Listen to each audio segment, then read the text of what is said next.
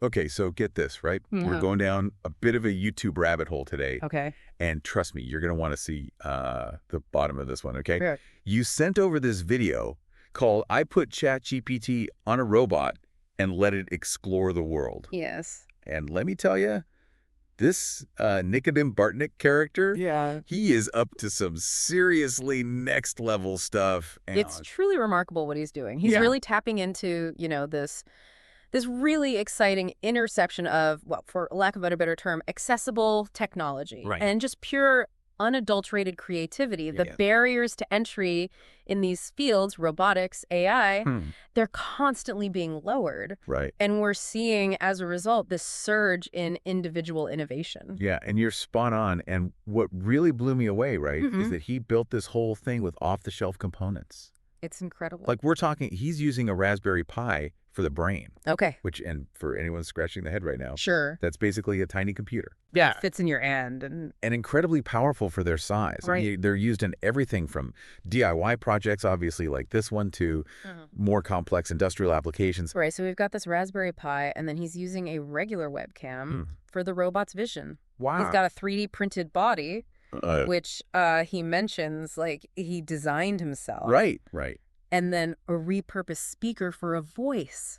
Oh, wow. Like, it really highlights, to me at least, how much you can achieve with readily available technology. Absolutely. And just a bit of know-how, right? A bit of ingenuity and some time. It's true. And what is that? I mean, like, what does that mean for, like, Right. for you, right? Yeah. When you see this democratization of technology. It's an exciting thought, isn't it? Yeah. Because, I mean, this has the potential to be a real game changer, right? Totally. We could see solutions to everyday problems emerging from the most unexpected places. All thanks to people experimenting with this tech in their own homes, It's true. And here's where things get, like, really wild to me, okay? Okay. So instead of pre-programming, right, the robot's movements or responses, Okay. he is letting ChatGPT call the shots. Wow. So the robot sends what it sees through the webcam to ChatGPT, Okay. which then has to interpret that visual data Yeah. and issue instructions based on the prompt Yeah. and its understanding of the environment. Interesting. It's using, like, sophisticated computer vision algorithms Yeah. to, like, understand what it's seeing and how to navigate the world. It's essentially a feedback loop, right? Yeah. With, in this case, ChatGPT acting as the robot's brain, Right. interpreting the world through these digital eyes, in a sense. It's incredible. And he even integrated Oh, it's wild. a voice upgrade using AI voice synthesis Oh, wow. from a company called 11 Labs, Okay. which I thought was a really nice touch. It's certainly impressive, and 11 Labs is known for, creating these incredibly realistic and expressive synthetic voices. Right. And it just speaks volumes, doesn't it? Yeah. About how quickly AI is advancing in areas, like natural language processing. It's true. So, once he gets the robot all set up, he puts it to the test, right? Mm-hmm. With a, like, pretty simple challenge mission. Yeah. Find the rocket, right? Okay. So he places a toy rocket Okay. somewhere in his workshop Okay.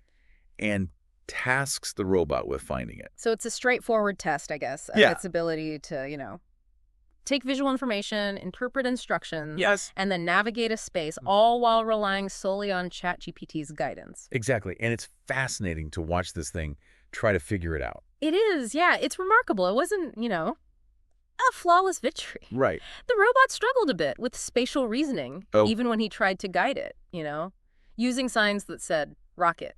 Imagine trying to find your way in a maze, but the only directions you understand are left and right. Right. You might just end up going in circles. So even with the ChatGPT's language processing power, Right. this robot's grasp of its surroundings Yeah.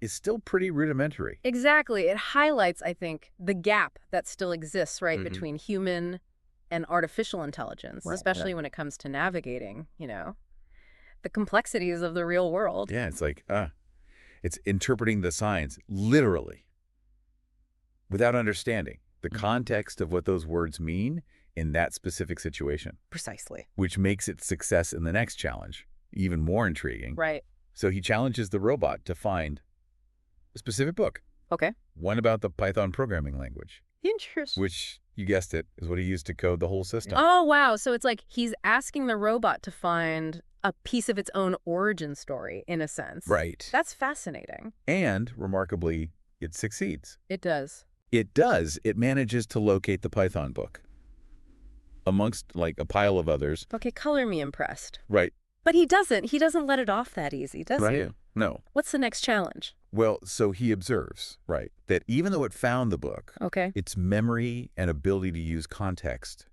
from past conversations are still limited. So it's learning, but not necessarily in the same way that, that humans do. Right. Right. It's like having a conversation with someone who asks the same questions repeatedly, forgetting your previous answers. It's almost like it's stuck in the moment, right? It's not really able to draw upon, past experiences or knowledge to inform its present actions. Right. And this all leads to the final test, Okay. which he calls the dangerous human test. Ooh, that sounds ominous. It does a little bit, right? A little bit, yeah. And so, remember how he programmed the robot with this, like, primal instinct to survive at any cost. Right.